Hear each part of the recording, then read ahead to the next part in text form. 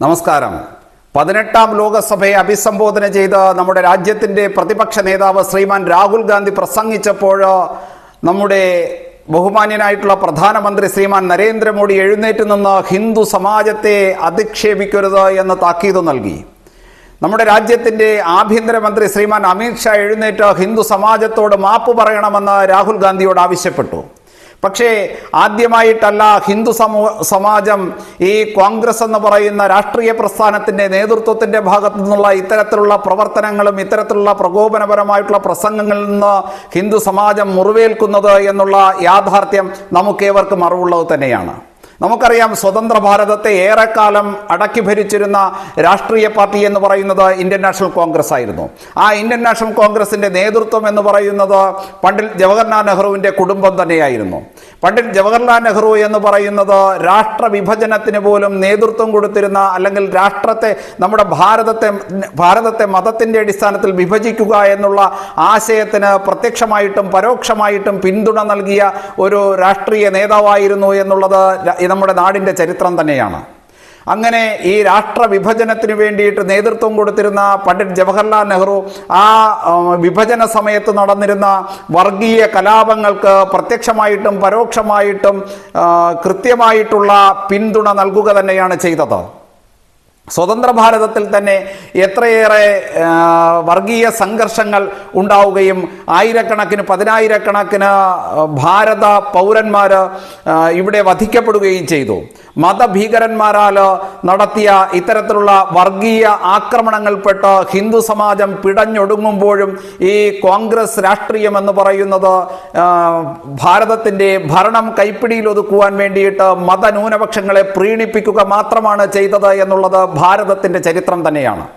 ഈ സന്ദർഭത്തിലൂടെയാണ് കടന്നു വരുന്ന അവസാന കുടുംബാംഗം എന്നുള്ള നിലയ്ക്ക് രാഹുൽ ഗാന്ധി വീണ്ടും കോൺഗ്രസിൻ്റെ നേതൃത്വം ഏറ്റെടുത്തുകൊണ്ട് ചെറുതും വലുതുമായിട്ടുള്ള ഒട്ടനവധി രാഷ്ട്രീയ പാർട്ടികളെയൊക്കെ കൂട്ടുപിടിച്ചുകൊണ്ട് വീണ്ടും ഇന്ത്യൻ പാർലമെൻറ്റിൽ പ്രതിപക്ഷ നേതാവായിട്ട് എത്തിച്ചേരുന്നത്.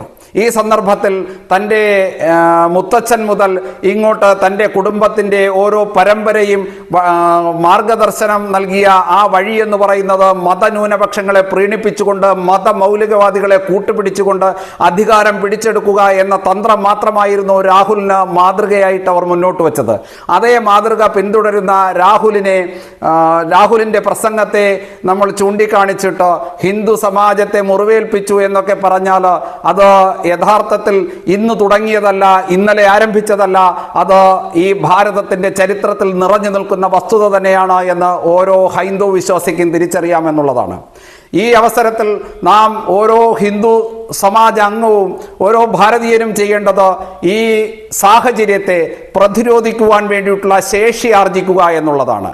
വീരഹിന്ദു വിജേത ഹിന്ദു എന്നുള്ള മുദ്രാവാക്യം നാം മുന്നോട്ട് വെച്ചുകൊണ്ട് സമാജത്തെ ശക്തമാക്കിക്കൊണ്ട് സ്വാഭിമാന സമാജമാക്കി, സംഘടിത സമാജമാക്കി, സുരക്ഷിത സമാജമാക്കി നമുക്ക് മുന്നോട്ട് പോകുവാൻ സാധിച്ചാൽ ഇത്തരത്തിലുള്ള പ്രതിസന്ധികളെ മറികടക്കുവാൻ വേണ്ടിയിട്ട് നമുക്ക് സാധിക്കും.